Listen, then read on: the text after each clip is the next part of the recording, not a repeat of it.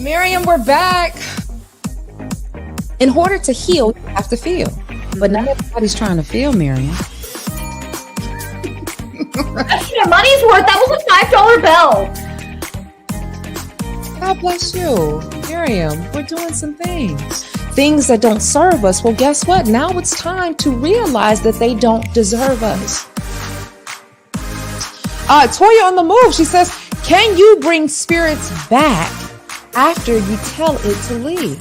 He says, I'm not going anywhere because everything you just said is out here. I can't be doing that at the bar, Dante. I really love my bell.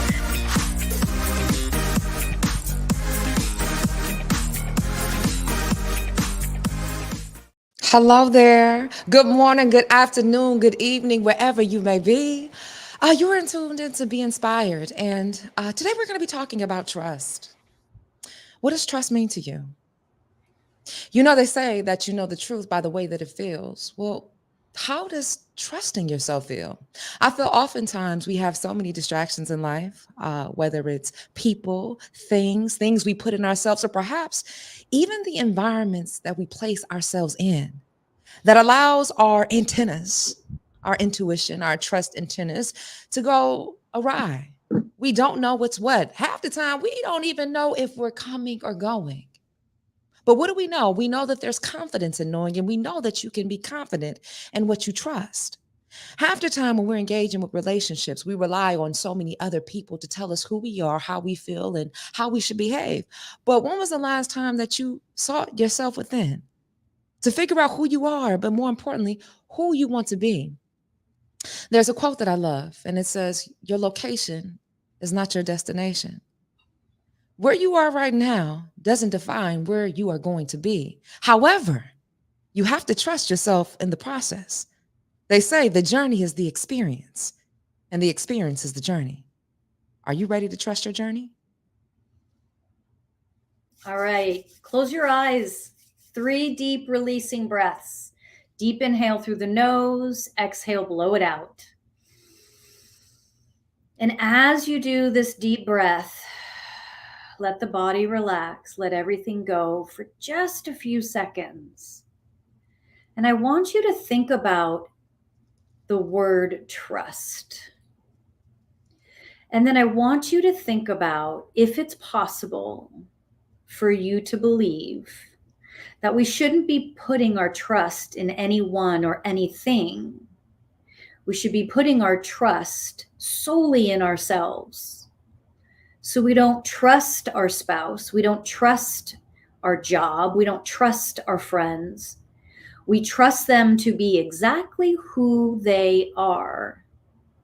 You trust you to follow your intuition and to no longer be surprised by certain behaviors. You trust yourself to know when it's time to leave. You trust yourself when you know when it's time to stay. You trust yourself to make choices that are best for your life. Because when we make decisions based off of trust, those decisions will inevitably be best for all parties involved. So just sit for a moment, breathe a little deeper, feel the breath move through you. And then ask yourself, do I really trust who I am?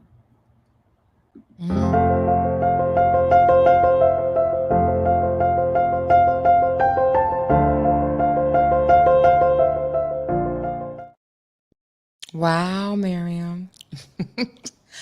You got me there. I'm taking my breaths as you were speaking, and one of the first things I thought about is that when engaging with another individual, when someone shows you who they are the first time, believe them.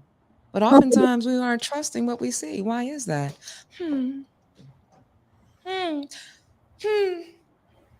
Just something to talk about. Are you excited? I am very excited. I was so excited that I pulled some cards for us. Okay, wait, while you're getting that together, we got to get the good folk to tell us where they're tuning in from. I'm sorry, I got too excited. It's roll call. I see Toya on the Move is here. Roll I see call. Skeleton Crew Paranormal is here. Who else is here? Dude, when you say roll call, you're giving me flashbacks of a very unhappy school. A school year. Sorry, I was reading and talking. Hi, Toya. Hi, Skeleton Crew. So, hey, what part of California? Skeleton Crew?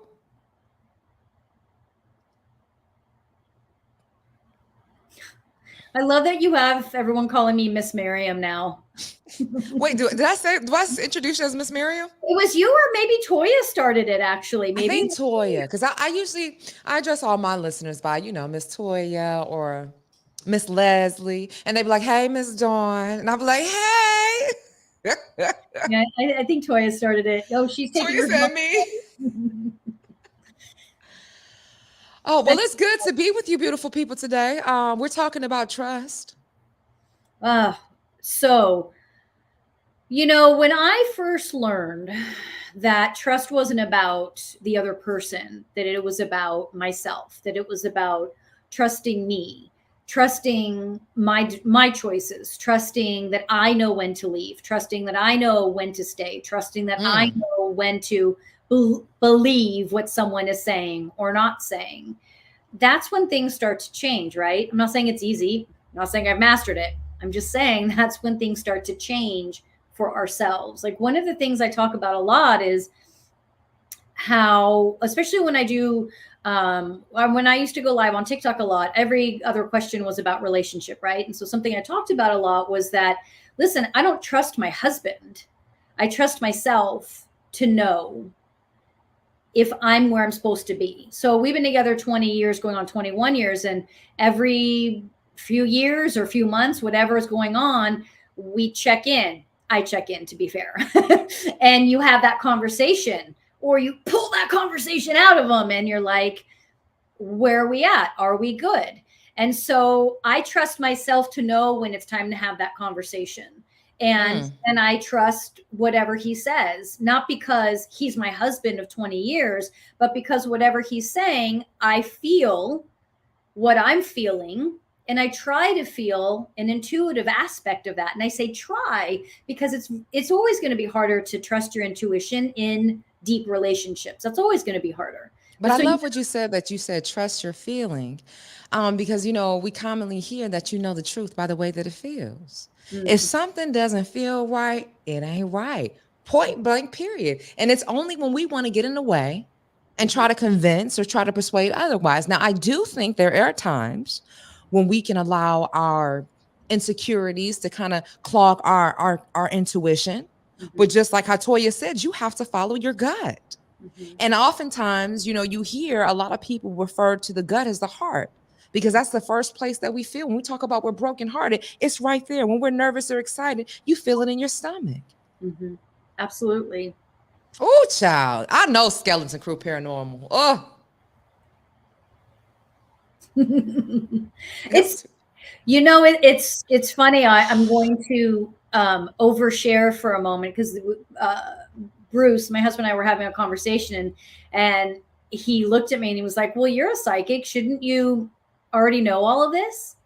And I was like, well, that's an interesting point. And I said, I don't, it's harder for me to feel. I've been with you for 21 years. So there's a lot of stuff in between that, right? And it's very hard to be purely authentic, intuitive, like I could with someone I don't know.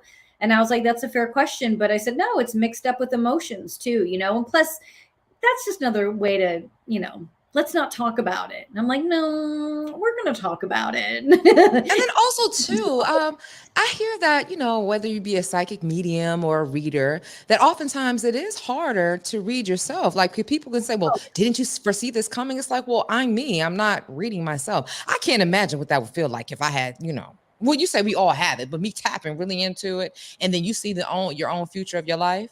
Oh my gosh.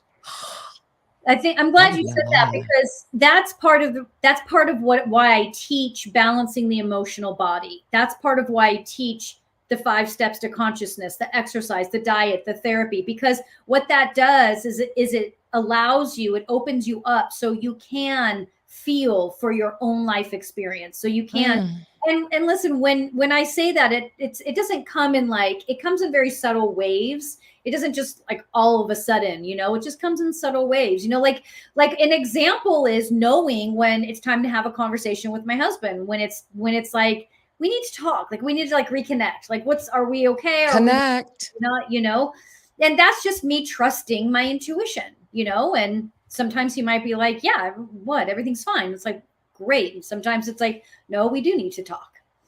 I love the operative word of connect, because I think oftentimes we find so many ways to disconnect ourselves from others, but more importantly from ourselves. And like we've been talking about how meditation is important, what you're doing, what you're putting in your body, how you're spending your time, and of course, who you are spending your time with. And it's like, well, God, dog, you only got one body, one brain, one heart, all that kind of good stuff.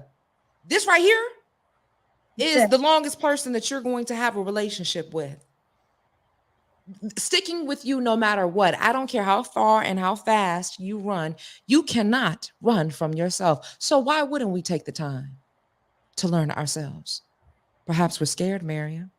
I think fear is a huge part, but I also think society has not given us a platform to do that.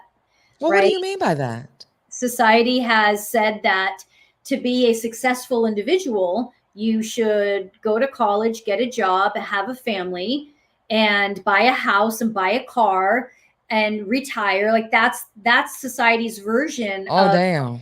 Normal, right? Well, if we can just talk about this here, when we talk about graduation rates, on top of that, people trying to pay for the student loans, then not getting a job after you graduate from college. The divorce rate is, I don't know how high. With inflation up, how many people are purchasing homes? They're saying you can make $75,000 and you're still considered low income. So I don't know. Yeah. So if not to mention, what 401k, what retirement? Right. So imagine if we were all raised with meditation at a very young age, with empathy, compassion, and social skills being the priority, not building this brain so it learns how to shut up and listen, and listen. And then regurgitate back everything I said. What if instead you're taught compassion for animals, compassion for others. You're taught how to embrace the emotional body first. You're allowed to kind of, engage those natural skill sets you have, whether it's music or art or building or who knows what it is. Like, what if all of that came first? And second, because inevitably, if you're taught social skills, if you're allowed to grow emotionally, if you're allowed to have compassion, if you're allowed to bond and connect with others and with animals, and you're taught through example how to do that, and you're in meditation every morning and you're learning how to quiet this, inevitably relationships will be healthier. Inevitably, the desire to learn and grow and change and help others will be there. But we don't find those desires until we're forced into therapy or meditation or whatever that is. And then we're like, oh, I mean, that's what happened to me too. It's like, oh, I can be compassionate. Oh, what I'm doing is affecting someone else. And what I'm doing is affecting that relationship. And all these things we're finding out because either we're forced to, something traumatic happens, or you're just fed up with life. But what if that was taught at such a young age and that's all you really knew was that joy, if you will? And society would be very different. And we would create a platform for people to heal and to feel. When women are giving birth or having their periods, they won't be shoved back into a job 1 month, 6 months, 3 months later, or when we, nowadays, office places are, some, very few are acknowledging when a woman has her, cycle, to give her the week off. I've read that there are some businesses that are coming around to that, which you should, because when you have your cycles, when you're most sensitive, when you're most intuitive, when you feel the most. So then somebody would argue, like I could imagine a very misogynistic person be like, well, that's why women can't be leaders, because they're too emotional about things. But if you think about it, you have to have a sense of empathy. You have to have a medium or a way of a means of connecting rather to a person. Well, if you're leading, what are you leading? Is it, you can only lead human beings. That's all we have on this planet, is that or animals. So if you're a leader, you're leading humans. And if you're leading humans, if you aren't leading from a place of compassion, which they don't, then we're leading from a place of monetary or fiscal, of this is my land, that's your land, it's not yours, it's mine, power struggle, power struggle, power struggle. But if you're leading from a place of compassion for what is best for everybody involved, that doesn't come from the brain.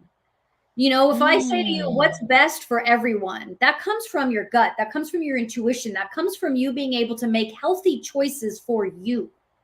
That's why I said earlier, if you are trusting and making healthy choices for you, it is inevitably what's best for everyone. I'm not saying the other person will go, oh my God, you're right, that feels amazing that you're breaking up with me. I'm saying that, you know, after that person heals, they'll be like, yeah, that was the best thing for us. You were right. You know, so yeah, let's just change the world real quick in this next hour and we'll be good. You know, just explore and get in tune with yourself. But no, really, it's so important that we keep that at the forefront and realizing the times or when instances have happened when we had that disconnect of not trusting ourselves, of just allowing people to tell us what to do and how to do different things. Because the minute we start school, it's get in line.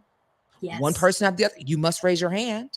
Mm-hmm. But it's so interesting because do we need a sense of control or do we not?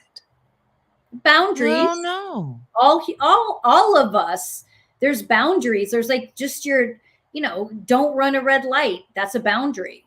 You know, don't kill people. That's a boundary. Yes, boundaries are needed and important.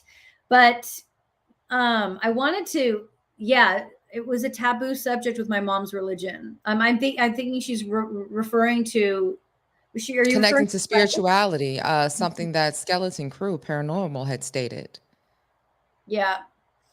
And Rosalind, you know, we had a guest, Rosalind, last week. It was a childhood friend of mine who shared her story of finding out that she had ovarian cancer. And, you know, it was taboo against to do meditation, to do yoga.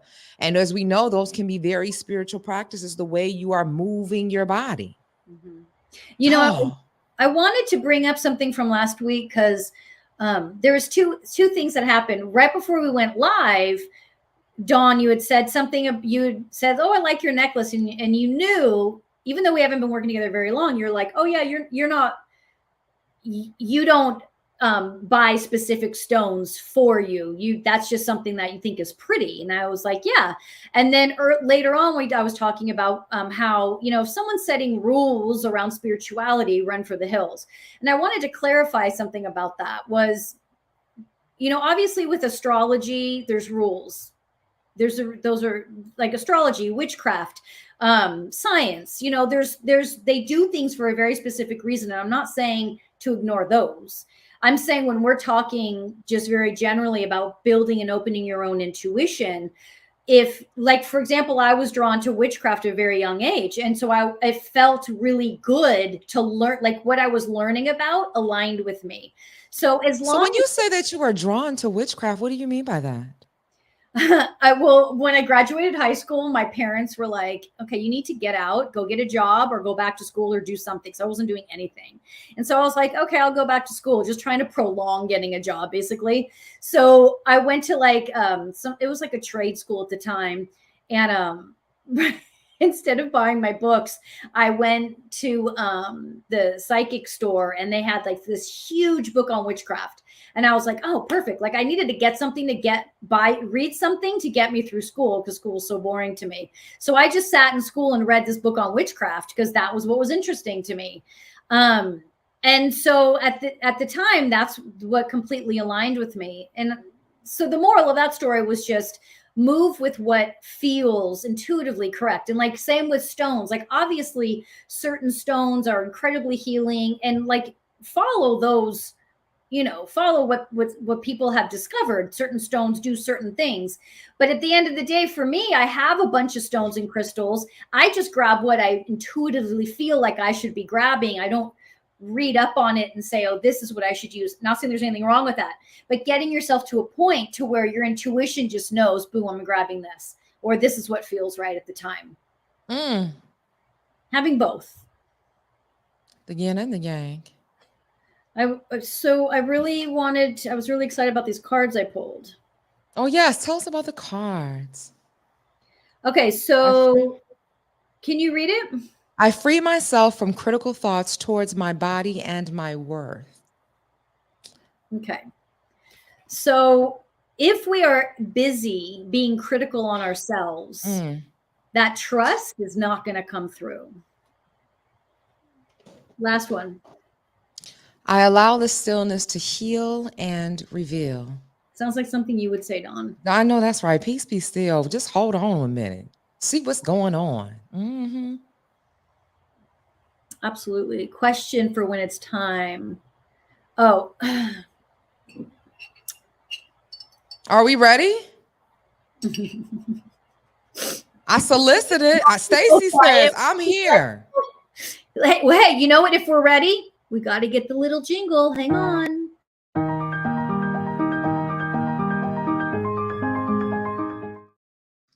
Now we're ready. All right, now we're ready. We're ready.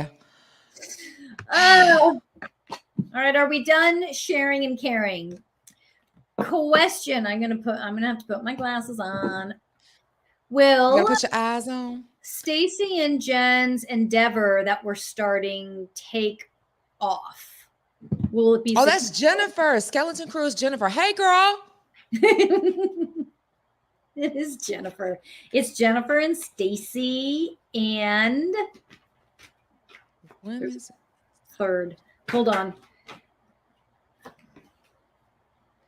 Jennifer. And then I got a question after this. Okay. Yeah.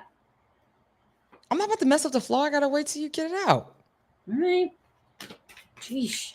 Hold on. I'm shuffling. Jennifer and Stacy. Jennifer and Stacy. Yes.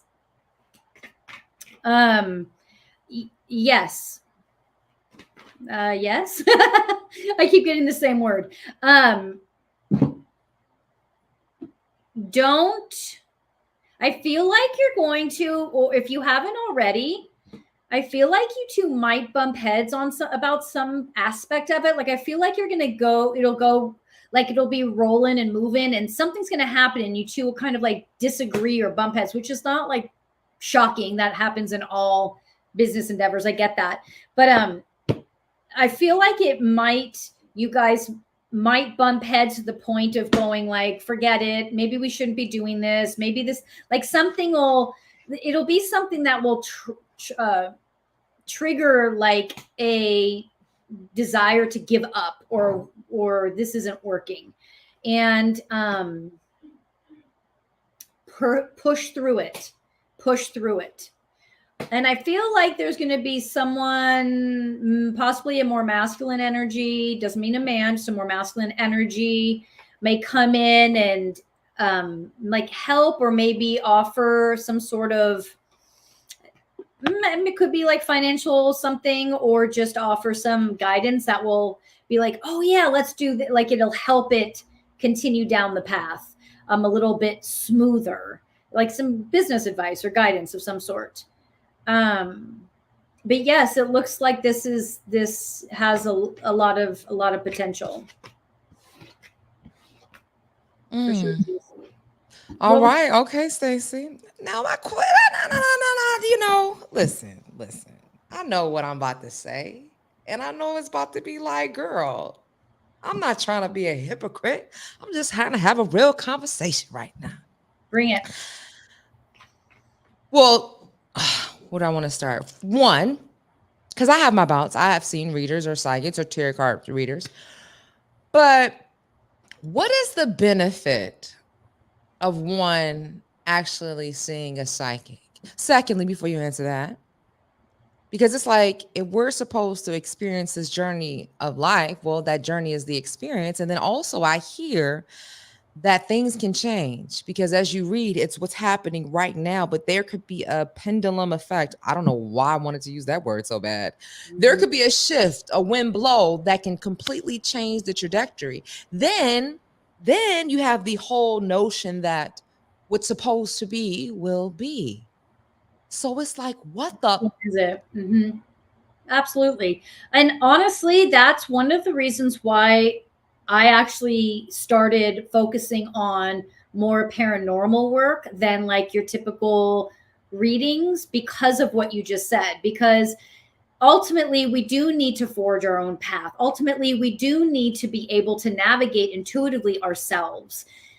And yes, anything can change on a dime, for sure. You can change it, and we're 50-50 co-creators, so you can change it or the universe can change it, right? You better And catch so it.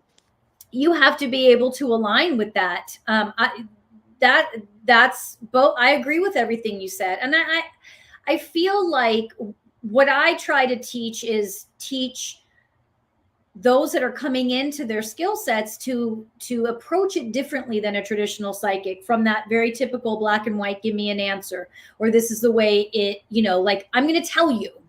I don't think I should tell you. I think I should. I never withhold information, but my guidance has always been, and a lot of psychics, their guidance is more about, exactly that, guiding you, not telling you. Because as soon as they tell you, you latch onto that. When I do live readings, I reference TikToks. There's so much there. So many of the younger kids will jump on and be like, am I going to graduate? And I refuse to answer that question, because if I say yes, they might slack off. They may be like, oh, well, you know what? I'm fine. She said I was going to graduate, and I already felt like I was going to graduate, so I'm good. If I say no, imagine what that would do to a young kid, or not even a young kid, any individual, any person that says, am I going to succeed? And I say no. Like, that completely destroys them, because the truth is, we don't know. If you do the work, yes. Yes. I mean, that's the great thing about school. If you do the work, yes, you will graduate. But if I tell you no, that's going to sit in the back of your brain, and you will either completely feel defeated or feel like you're trying to overcome that every time you study. Versus the same thing, if I say, yes, you're going to graduate, trust me, there's enough people that will slack off because they think that my words are everything. So I don't answer questions like that, because it's your choice. It's your destiny. Catch it. And you got to trust yourself. It's interesting. I was speaking with someone last week after we did our show, and I hadn't spoken with them for a while, but we were doing the moment to really catch up. And ever since I was a little girl, like, I knew I was going to be very wealthy, lived an amazing life, like just do amazing things. I've always claimed that, always professed that. And it's probably geared toward, no, let me stay here, because my brain, the Aries would just be going everywhere. And this individual said to me, they have the capability to read and so forth, said, did somebody tell you that?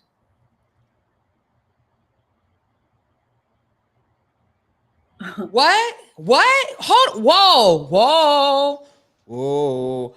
And I said, well, and it's interesting. And I think, just like how you said, like, you may be mindful with younger children, because you do have to come with a sound mind, hence that card that you set up, like that peace be still, so that you can hear it for yourself. Because oftentimes you will lean on the understanding of someone else or what somebody else is telling you. But I remember what I felt in the inside. It was just like, well, hold on, wait a minute. And we have the ability to construct our path, to dictate what we want out of life, how we can create, we can speak things into existence. Why do I need somebody else to tell me what's possible in my life? Exactly. And I remember how I felt. And that's why it's so important to have a sound mind. That's why it's so important to be connected with yourself, because easily, whatever that seed of slightly the doubt, whatever that look that you had, that's what I felt. Why did you have that look? Because there was this sense of, you shouldn't have your own internal faith in yourself. Ooh, if you better catch from the outside isn't telling you, if someone who knows better isn't giving you that information, then why do you have that information? Almost like, who do you think you Who are? do you think you are? Our deepest fear is not that we are inadequate. Our deepest fear is that we are powerful beyond measure. Do you Yep. trust yourself to be so? Okay, this is not about me. This is about you. I like when you make it about you, though. Well, I meant the listeners, but yeah, about you too. But yeah, our guests. Toya says, is me and my spouse going to stay together? Are we ever going to get married, or should we go our separate ways? Uh-oh. That's a lot of pressure for me. Well, Toya, I want to say, how do you feel? And more importantly, what do you want? Thank you. Let's hear that first. Someone listening might go, well, that's cheating. You tell me first, but I agree. I think that's what matters more than my answer. Toya, what is your... Oh, what do Toya's you want? done. Toya's done.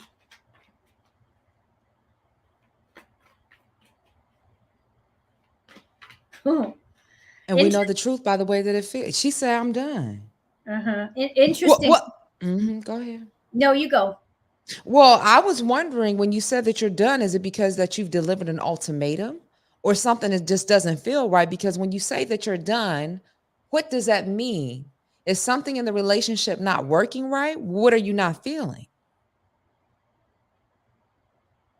Oh, it's been almost 15 years since we've gotten engaged, and then there seems like it's going to be a marriage. She's probably saying there's never going to be a marriage. So the card that came out of the deck, and again, for those of you guys that know, I don't read cards traditionally, but this is a 5 of Wands, which the energy of this card was just about conflict and frustration. And one person kind of not necessarily controlling, but kind of calling the shots, and the other person is like, how come you get to keep calling all the shots? Like, and it's not a power play as much as it's just like, it's like, I feel like Toya saying, how come you get to keep making these decisions? Why don't I get a say in this now? Oh yeah. So she says, yeah. Okay. So we're on track. Sorry, I skipped over that. So just to make sure I'm on track here. Okay. Are we ready for the next one, or are we still on Toya? I think Toya answered her own question. I'm just validating where you're at, Toya. I think that I don't like ultimatums, because I feel like that's not it's just not honest for anybody. I think, but I think so what that means is having a conversation with him or with them and saying, it's not an ultimatum. It's just where I'm at in my life. I'm not leaving because you won't. I'm saying it feels to me like it's over. And if it's not, then let's talk about how to change where we're at. Because if you ultimatum it, then you're forcing someone into a corner and they'll respond differently. Whereas if that's the response, like I was saying earlier, like when I talk to my husband, I don't say to him, we need to talk. I'm like, here's where I'm at. This is what I'm feeling. And where are you at? What are you feeling? I always make sure I come at it from a very calm place and an honest place that gives him the opportunity to just be honest with me. But when we attack or ultimatum, we don't give the person any opportunity to feel their own feelings. They go in defensive mode. So I would find a good time and just have a nice conversation about what you're feeling and what your choices are. This is and it's not, I'm doing this only if, it's here's where I'm at. I'm ready to move on with my life. Now, if you'd like to do A, B, and C with me, great. Then we start now. If you don't, that's okay. I'm moving on. And then, here's another thing that I'm wondering. How do you feel about the idea that if it's not a yes, it's a no? Mm-hmm. I mean, it sounds like it's an ultimatum, but I feel like it's like with anything. If it's not a yes, then more than likely it's a no. And if someone can't give you an answer, it's like, I don't want to pressure you, but I always think about, I'm so greedy, I'm about to think about food. When I like a dish, it's like when I like it, you're gonna know. It's just, or you're shopping for a dress, it's gonna be a yes. And when you find that moment, it's a yes. And if it's not a yes, then it's a no. I don't know if you feel like you have to have time to figure out, because I feel like that's a lot of confusion that can come in the way.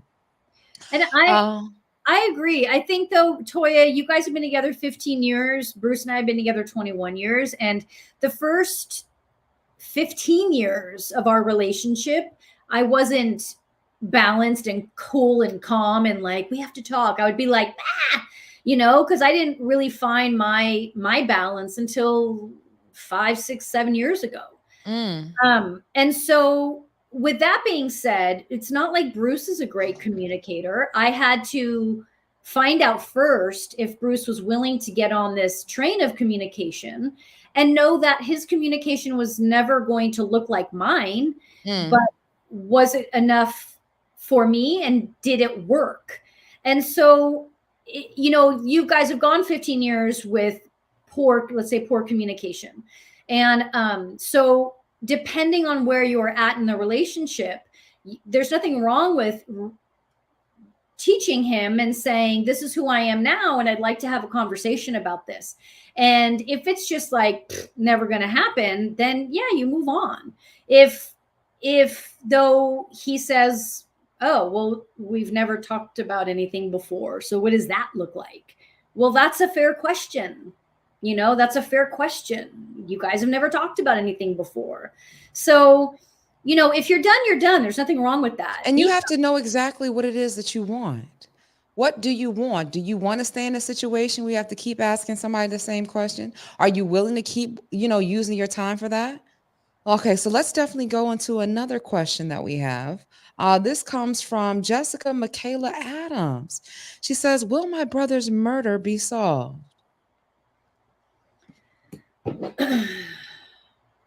Sorry for your loss, Jessica. That's painful.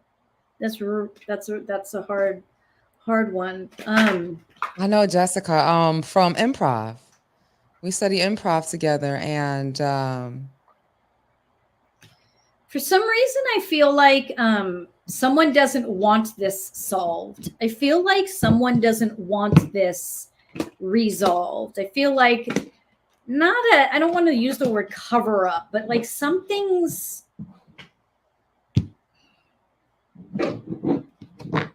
Yeah. Do you have any thoughts on that, Jessica? Do you guys already have something in mind when I say that? She's saying, yes, we did. Is that in response to what I just said? Or is that she's talking about your improv. Sorry. Oh, yes.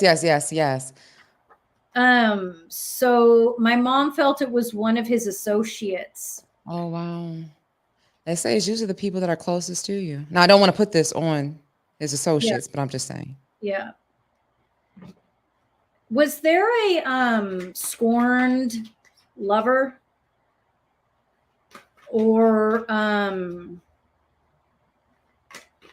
was he in a relationship with someone that maybe was with someone, or maybe associated? Okay. But I feel like too, like, I don't know if it's exactly this, but it also feels like whoever did it is somehow in a position to cover it up or be protected. Like they know people or something that allows this to just be brushed under the rug.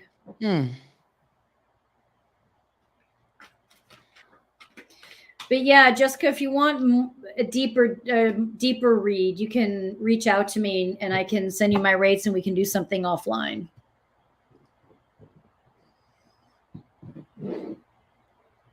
Oh, wow. Okay. Well, let's move on to the next. We had a lengthy one here. Can I post info? Here's my email. I hope this shows up. I'm not as good at this as you are. Did that show up? There it is. Oh, look who's a big girl. Look who knows how to use the interweb. Did I spell it right? Yeah. Miriam the Medium. Okay, the next one is from Nicole Freeman Watson on Facebook. I have a niece that has pretty much cut herself off from the entire family. We know she has mental health problems. Besides letting her know we are thinking about her, is there anything else we can do for her? Or is there even another reason she has distance? We all are very sad. Hi, Nicole. Mm, I'm sorry, Nicole. That's so hard. Because it's like, how do you communicate when somebody and telling them what their reality is versus what I guess our reality or versus what everyone else sees as reality as.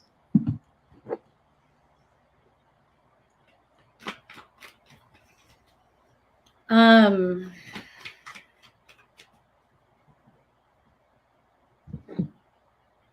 she feels like she's working from a place of anger, feeling like, almost feeling like she hasn't, like someone was unfair to her, or something wasn't fair.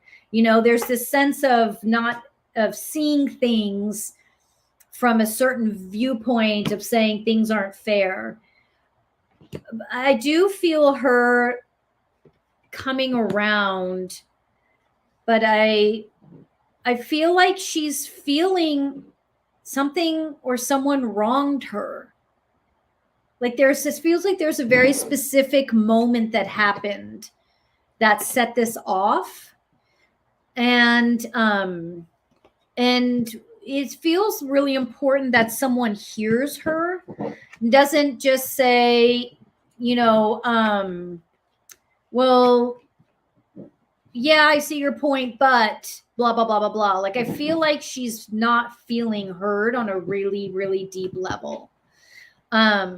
And yes, that could be some coming from like the struggles with mental health, but I feel like I almost want to say like a valid, everyone's feelings are valid. Mm-hmm. And so I feel like she needs to be heard. And then she needs some time after that. But I don't feel her cutting you off forever. I don't feel that. How does that sit with you, Nicole?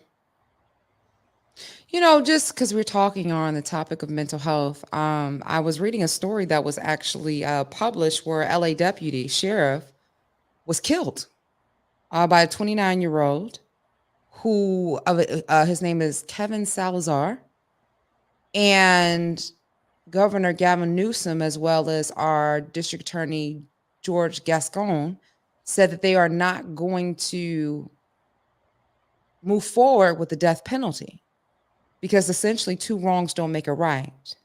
Mm. And I find oftentimes when there are crimes committed, certain individuals or sometimes people will plead the fact that there are mental disorders. Mm-hmm. Does that excuse everything? How do you navigate through that? Because again, we're talking about somebody's reality that has been obstructed. And then at the same token, you want to offer a sort of grace. Mm-hmm. But what does that look like? Mm-hmm. I think that's a great point. And when everyone deserves and should be heard, right? And then we have to assess from there. Has this person been heard? Meaning, it's not for us to judge, but if we're having, like, for example, with Nicole and her niece, like, has someone taken a neutral stance and just heard her out and let her be angry and let her cry and and make not room. Said, oh, that happened because, or, well, they meant to, they love you. They didn't well, they're doing that because they love you, or, they still love you. Like, not saying that stuff. Instead, just hearing them out. And if all of that's been done, and they're getting help, and then there's nothing more anyone can do, because it's their responsibility to continue to get the help to heal on whatever level that is. I mean, at some point, we have to take responsibility for ourselves at some point. And if the mental illness is so severe that they require meds and they're not taking their meds and they're, that's a whole other conversation. If we're talking about mental health where someone is struggling with depression, and it's just kind of isolating themselves, that's a different conversation. That's where you definitely obviously you want to reach out to professionals. If someone is isolating themselves and disconnecting themselves, you obviously, and I know Nicole knows that. I know Nicole's experienced that before. She just had a fight with her brother. Oh, you're on that one? Oh. I'm okay with her break. I just want her to know we love her, like really know. Yes, there's a neutral place and I'm always here for her. Does she know that? Do you know who she feels angered her since she cut us all off? I think that there's so much going on there. Nicole, reach out to me and we can talk offline because there's a lot going on there for sure. Stacy, Mm-hmm. she says, my brother has mental health problems. Will he ever overcome this?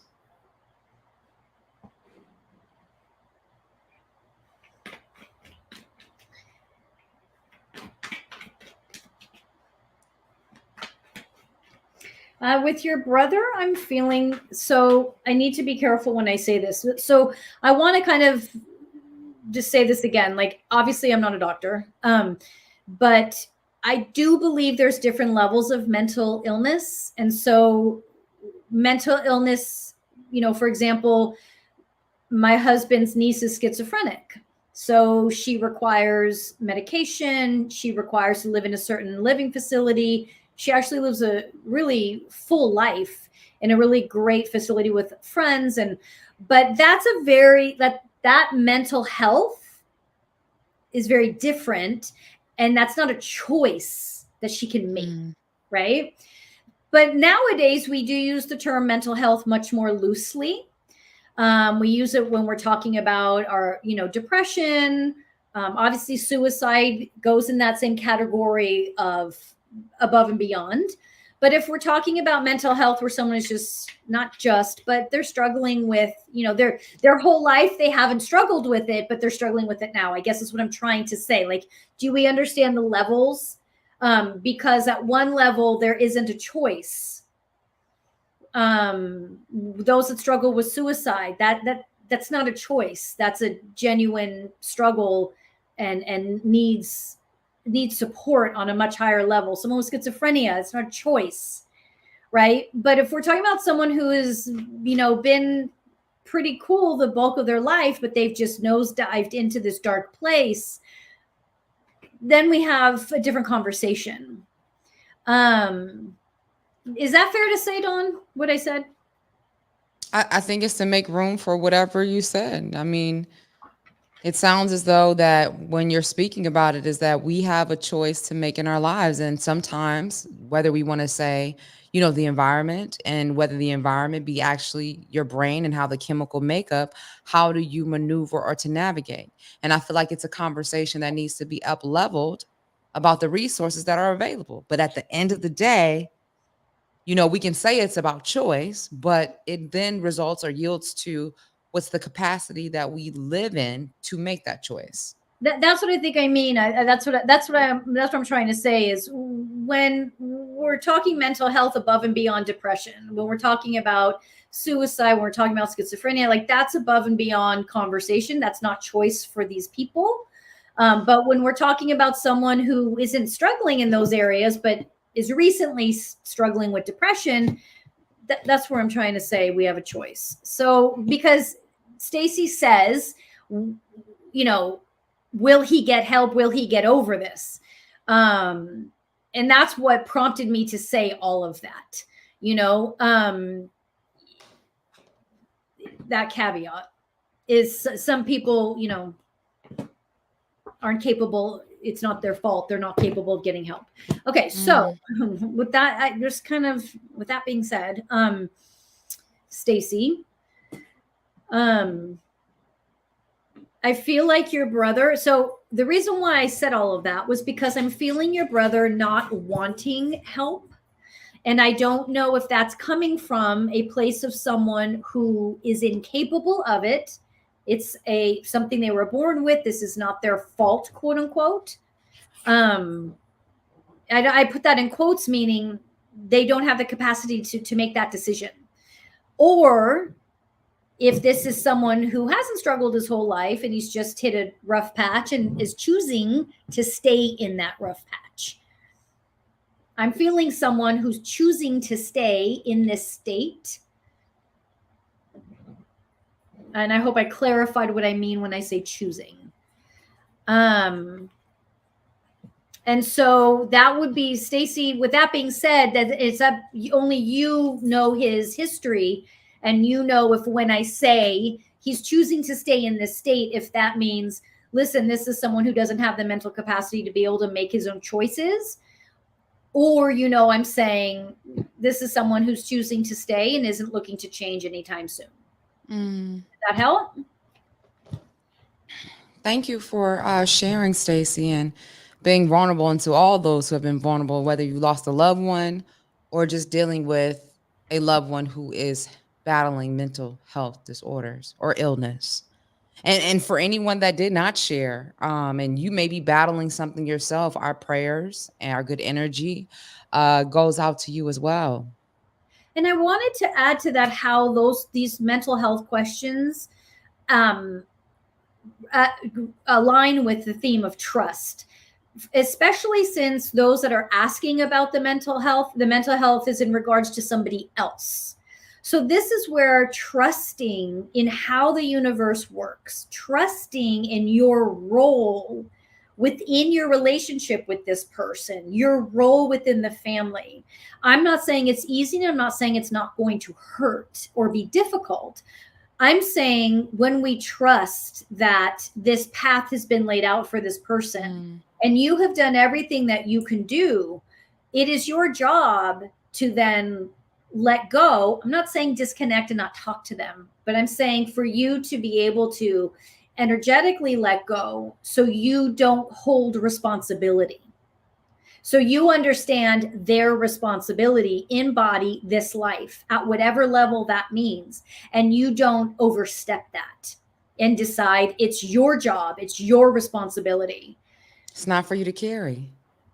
It's not. We talked about that in a previous episode of why you have to let go of excess baggage, because if it doesn't serve you, if it doesn't deserve you, holding on to excess baggage is like looking backwards trying to walk forward.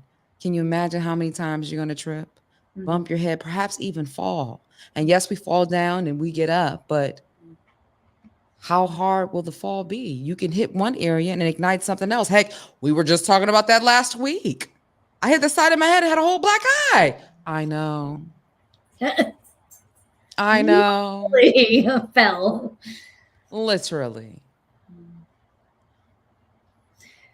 But yeah, you guys, Stacy, you can reach out to me too if you want to get more detailed. What I usually do is have you guys send photos of the people involved, and I can get more specific for you. Nicole was like, was that for me? LOL. Thanks, ladies, for that reminder. Love this show. Oh, we love you too. Thank you, Nicole. Love you. Share the word that we have a show entitled Be Inspired. We're igniting inspiration, motivation, and intuition. Having it all work together. That's the best. I'm telling you. Are you feeling like a little bit of vitamin D? Well, wait. Well, before we do that, what do you think? So Miriam, we've been talking about you joining me on a live earlier in the day. Are you still with it? Yeah. So like, what time are you thinking? Okay, so what I'm saying is that, you know, I do my vitamin D live, and vitamin D is all about shedding a light on the good and the bad, because if you want to be better, then you have to do better. And it's all designed to get you excited about your life. And since we're talking about inspiration, motivation, intuition, you know, I was wondering, but I was interested to know for the good people, like, when's a good time to do the live? Well, listen, to be clear, Dawn, you're wanting to do like a Monday, Wednesday, Friday morning show. Right? I mean, Dawn used to work for Steve Harvey. She was on the FM dial. So this isn't like a Miriam was going to go live on YouTube show. She's talking like a full show. It's And going to be a conversation like this. but also your audience was, what was it, 5 a.m.? Well, they was starting at 4:30 a.m. That's Yeah. where I know Miss Toya from, Marcus Savage from, a few other people that have chimed in. But I went spontaneously live today at it was 6. It was early. And then I was like, well, do we do 7? Then I was thinking about 10. I don't know. Stacy says, no, I have to work. What is a good time to do a show in the AM? And what 10 if you can listen on the go? Please, you guys, side with me. Don't make me set a spell on you. Do not make me get up. Miriam, you cannot say those types of things. You're going to scare our people off. She's not going to put a spell on you. Oh my God, it's a total joke. But please don't make me get up at 6 a.m. Please. 10. Jennifer says 10. Jen's probably So because she knows. you got me after 10 a.m. Okay. You got me after. Okay, good. Thank you, Toya. Thank you, Toya. So you want to try to do something tomorrow at 10 a.m. or is that too soon? Too soon. Is it video and audio? I like the way we're planning everything right now in front of everybody. What are we doing? I mean, they said you got to keep it real. It could just be audio, but I feel like people would love to see us. But it could just be audio. All right. Let's. Yes, I'm. Let it just be the audio for now. But if it's just audio, that's obviously easier. But will you guys tune in? What do you want to do, Dawn? You want to do it 3 days a week, Monday, Wednesday, Friday? Yes, Monday, Wednesday, Friday. I feel like we do a soft launch tomorrow. Tomorrow. She's just literally telling me now. Like, that's not a joke. She's literally just telling me now. Never. Stacy says never. I get up at 5:30 to get ready for work. I don't have time in the morning. Jennifer can F. Remember earlier when I read those two getting in a fight? I was like, hey, maybe that fight's happening right now. Toya, come on. Toya says video, like we have to be ready. 10 a.m. is not that early. Now, Miriam, I can do video at 10 a.m. I can do video at 10 a.m. But how funny would it be if I just flipped on the video when I was in bed? Bruce is snoring. He's a bartender. He works nights. He's snoring. I got the dogs. No hair, no makeup. Let's do that. Oh, wow. Okay, so we'll talk about it. We'll figure it out, guys. But yes, I think it might be time for some vitamin D. Yeah. All right, hold on. Now I'm not in my... Oh, you guys have to watch. Here we go. Get your vitamin D right here with me and get excited about your life. We've been talking about trust. How much do you trust yourself? Do you trust who you are? Where you're going? And more importantly, where you've been?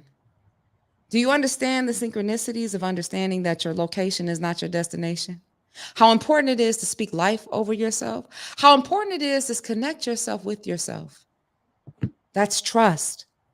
And oftentimes we get distracted by different things, whether it be people, whether it be past decisions, or even perhaps our environment. But one thing that remains true is that you know the truth by the way that it feels. Have you connected with yourself to feel? Now, in order to heal, you have to feel.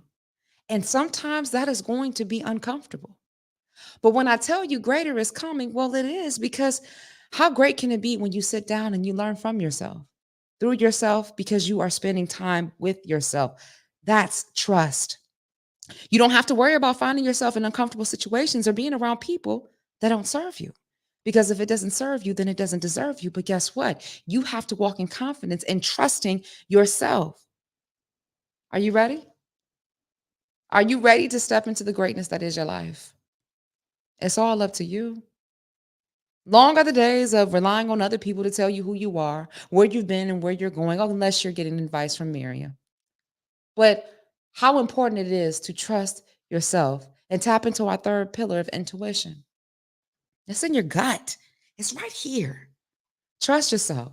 You know the truth by the way that it feels.